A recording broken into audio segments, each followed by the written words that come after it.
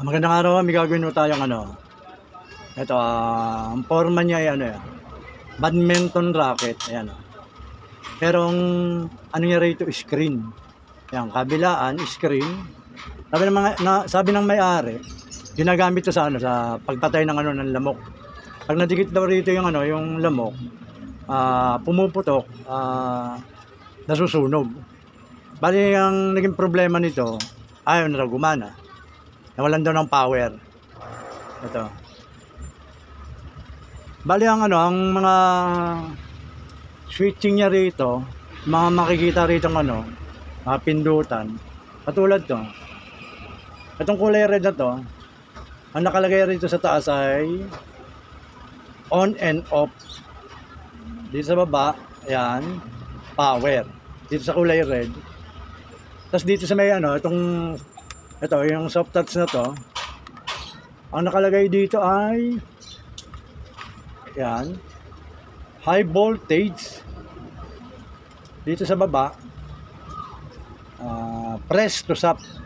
Yan ang mga nakasulat dito. Tapos dito meron siyang ilaw LED dito sa pating itong malapit sa sa pinaka screen niya. Tapos dito sa may kabila meron pa ring LED. Ayan, ang nakalagay naman dito, charge. Ayan. Bale, ang nito, di kuryente to. Ito, kapag itinaas nyo to, yan, lumalabas yung pinaka-plug niya, para pag isinaksak sa kuryente, gagana na to, may, kakarga yung baterya niya, gagana na to, pwede nang gamitin ulit. Tingnan muna natin, saksak natin kung pumapasok ang kuryente. Sasaksak natin. Yan. Ito, kung pagmamasdan nyo, ayan, yung kulay pula niya, yung nakasulat na charge, nagkaroon siya ng red. Ibig sabihin, yung kuryente rito sa may pinaka-plug, pumasok na rito sa loob. Gumagana siya pag sa kuryente siya isinaksak. Pero kapag yung gagamitin na nila, baba muna natin to. Gagamitin na nila, ilalagay nila sa on, tapos pipindutin tong high voltage. Hindi raw to nakakapatay ng lamok, nakakahuli ng lamok. Ito, walang ilaw, kaya hindi nila magamit. Kaya tingnan na nila sa akin para rin malaman kung ano nagisira nito. Babaklasin natin.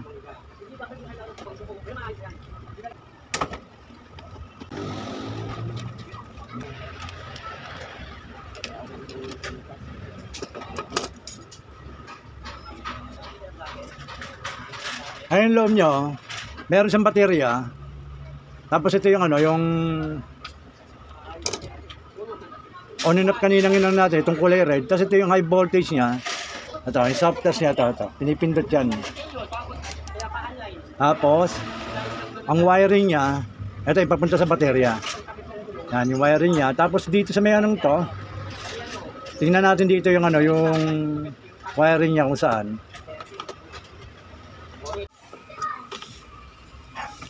Ito, itong dalawang wire na to. Yan. Itong red and white, dito siya nakakonect sa may sa pinaka LED niya rito sa may dito. Ayan. Tapos itong blue tsaka yellow, pumasok dito sa pinaka screen niya. Titingnan natin ngayon yung screen niya. Titingnan natin kung saan nakakonekta tong dalawang yellow to at isang blue. Ito, babaklasin natin to.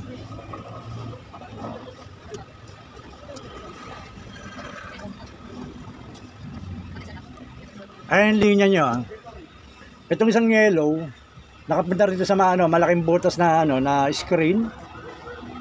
Tsaka yung yung isa pang yellow to, doon din. Sa may katulad nitong screen, sa may ibabaw, tsaka doon sa ilalim. Tapos itong kulay blue,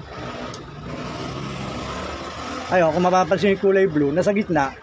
Yung screen naman siyang yung maliliit lang ang butas, doon siya nakakonekta.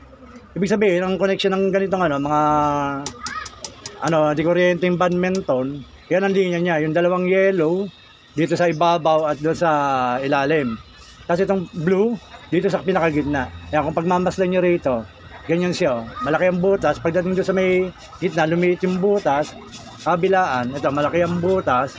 Sa gitna, yan, maliliit ang butas. Yan ang design ng anong to. Itong wire na to, yan. Bali, tetesterin muna natin itong ano. Itong on and off switch na to. Ito. Titingnan natin kung wala nang contact, kung okay pa. Tsaka itong ano, itong switch na to, itong soft touch na to, yung sa high voltage, titingnan natin kung may contact pa siya. Yan ang tetesterin natin.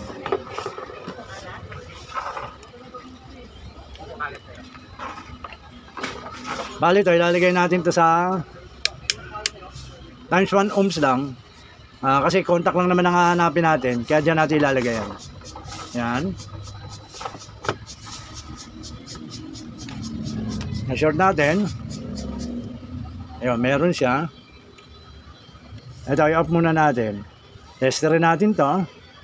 Itong kulay red, yung on and off. Na natin, on ko. Ayun. Tumaas yung ano, yung needle ng tester. Ibig sabihin, okay to. Ayan, on. Ayan, yan, naka-on. I-off natin. Yun, on. Off. Ibig sabihin, okay yung contact switch na yan. Ito naman tong ano, itong pinaka-soft touch niya. Hindi natin, tingnan natin kung magkakaroon ng contact. Yun. Pumapalo rin yung ano, yung needle ng ano, ng tester. Pag pinipindot to, ibig sabihin, okay itong ano, itong soft touch switch na to, tsaka yung on and off switch na to. Dito tayo titingin sa may batera, titingnan natin kung okay pa siya.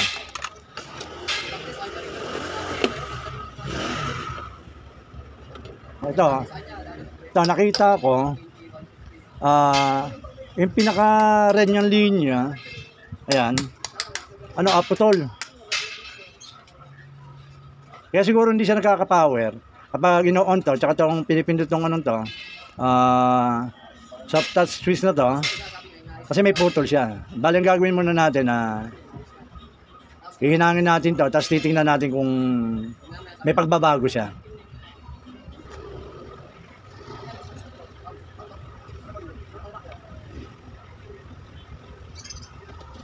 Yan, nainang natin. Voltage reading natin itong baterya. Tingnan natin kung may voltage siya. Kung ano siya, kung okay pa siya. O ano siya, wala na pumapasok na kuryente rito. Yan, ang gagawin natin dito. Dito naman sa analog tester. Lalagay natin siya sa nakalagay 10 volt DC. Ibig sabihin ng DC, direct current. Ibig sabihin nun, may positive negative siya. Kaya ang gagawin natin, tetesterin natin siya. Itong kulay red na to, ito. Ano na yan, positive na yan, obligado. Kasi kulay red siya. Tingnan natin kung tataas to, kung may karga pa siya.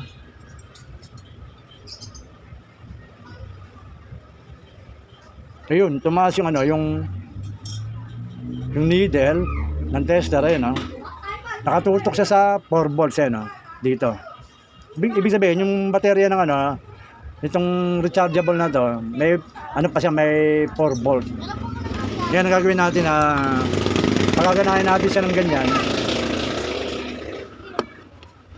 Titingnan natin ngayon kung may pagbabagong mangyayari. Ito, i-on natin. Yan. Naka-on na. Tapos ito, pindutin natin to. Yun. May pagbabago. Ay, nagkaroon siya ng ilaw. Yung kulay blue niya, yung LED ng kulay blue, nagka-ilaw pag pinipindot tong high voltage na to. Ayan. Yan. Ibig sabihin, may pumasok ng power. Ngayon, ang gagawin natin, titingnan natin ngayon to, yung kulay yellow to, tsaka tong blue, titingnan natin kung may kuryenteng papasok dito sa, ano, sa pinaka-screen ng badminton racket na to. Bali, lalagay natin siya sa DC pa rin. Ito kasi high voltage to eh. Kaya nakakasunog to ng lamok, nakakapatay ng lamok. High voltage to. Titingnan natin dito kung may mapasok na kuryente. Bali, ang gagawin natin, itataas na natin tong ano, tong analog tester na to. Ilalagay natin sa pinakamataas na ano, na voltahe na sa 1000 volt DC. Yan. Titingnan natin ngayon kung may kuryente pumapasok diyan.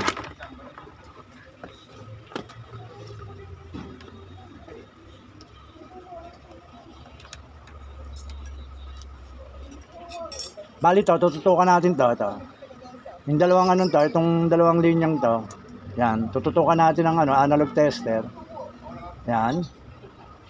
Tapos titingnan natin ngayon kung tataas yung ano, pasok ng kuryente. Pipindutin ko itong ano to, itong high voltage niya.